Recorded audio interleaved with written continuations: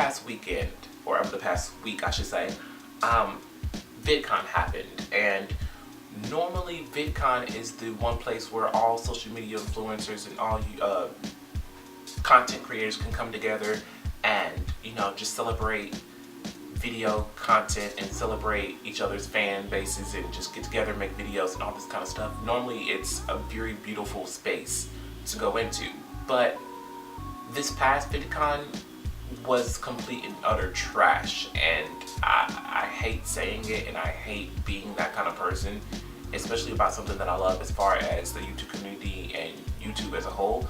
But it was just completely, it was horrible. It was not, like, I didn't even go, and normally I stay off of social media because I don't want anything, I don't want to, you know, get down in the dumps about me not being able to go to Vidcon. But when I was catching the recap, because normally I like to catch recaps about what happened and see who met who and see who made videos with who, all I saw was just a whole bunch of negativity, from fighting to content creators talking bad about each other to security acting absolutely nuts to certain content creators' parents getting hurt.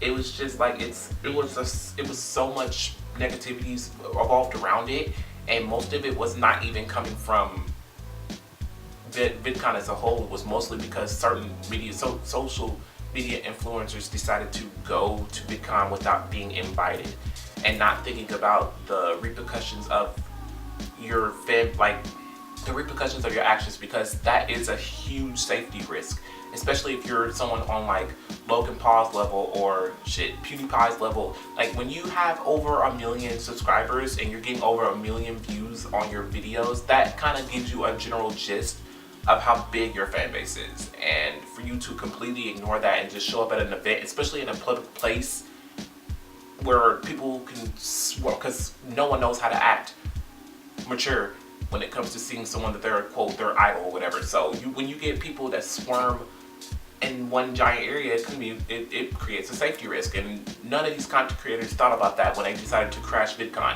So that to me was completely irresponsible and completely stupid. Not only from the social media influencer or content creator side, but you also have the fans who need to learn that it is not that serious to try to swarm to meet someone.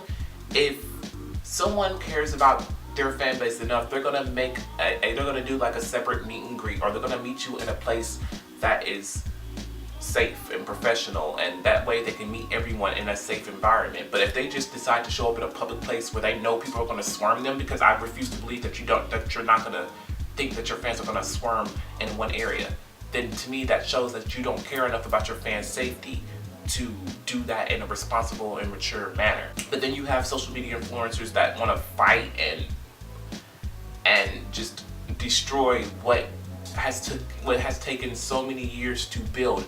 Now it's coming to like all these new social media influencers that are coming up in the game are turning what we've created or what we've started as a huge movement, and to show that content creators need to be taken seriously, because we do this is creative. This is our creative space. Like, this takes work and effort and time and everything to make it work. This is why I say I don't like when teenagers become or get so much fame at such a young level or at such a young age, because it has a way. Certain people don't know how to take like a little bit of fame. Like, take Christian Burns for some odd reason. He has like maybe 20,000 subscribers.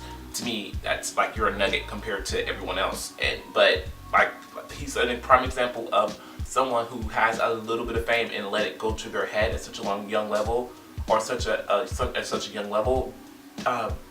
Bryce Hall is another one. Bryce Hall I actually kind of liked for a little bit, just because he's friends with Jackson, and I adore my baby Jackson. He goes to Vidcon and gets into not one fight but two, and then get kicked out, and then get kicked out of the hotel. Like, people think it's so cute and so fun to get kicked out of places, but you don't realize that is when you have people that follow you for such a certain reason.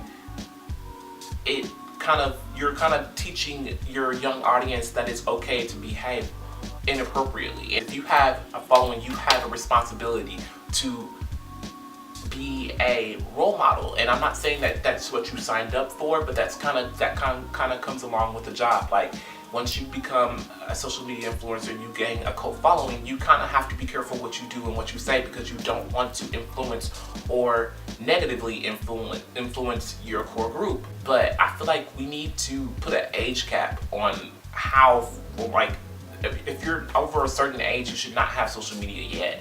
And it's getting ridiculous to the point where I'm thinking that you're not allowed to have social media is going up. Like, it used to be like, I thought 13 and up, you'd be safe on social media, it'd be cool for you to have it. But now I'm thinking like maybe 16 or 17 years old is about the age limit where you should start allowing your child to have social media, because you have these young cats, like, and then people that are above like 16 or 17 and younger, it's like their parents are not even monitoring what their child is putting on social media, because there's no way a 14 or 15 or 16-year-old should be on social media using inappropriate language, doing inappropriate dances, just doing a whole bunch of stuff that I know at my age, when I was young, I never thought about doing on a worldwide platform. Like, I never thought about twerking or swearing or doing anything inappropriate and putting it on the internet. It seems like now it's getting to the point where I don't want to be a YouTube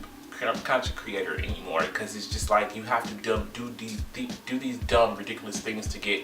It seems like people thrive off of shade and thrive off of drama, and that's not where I'm at. That's not where I want to go. That's not what I want my brand or my future in the YouTube community to be about. So until we get a handle on what's going on with YouTube, I'm going to be very, very, very particular about when I upload and when I don't, or when I decide to take this more seriously. Until then, I'm going to focus on my social media as far as like Instagram and Snapchat. I'll put all my social media, like my Twitter, my Instagram, and all that stuff, all down in the down bar. So don't be afraid to go follow me there if you really want to keep in contact with me. And hopefully I'll be back on YouTube sometime soon to actually do this regularly. And I will see you guys next time with a brand new video. And that is the truth. It's told by Tyler.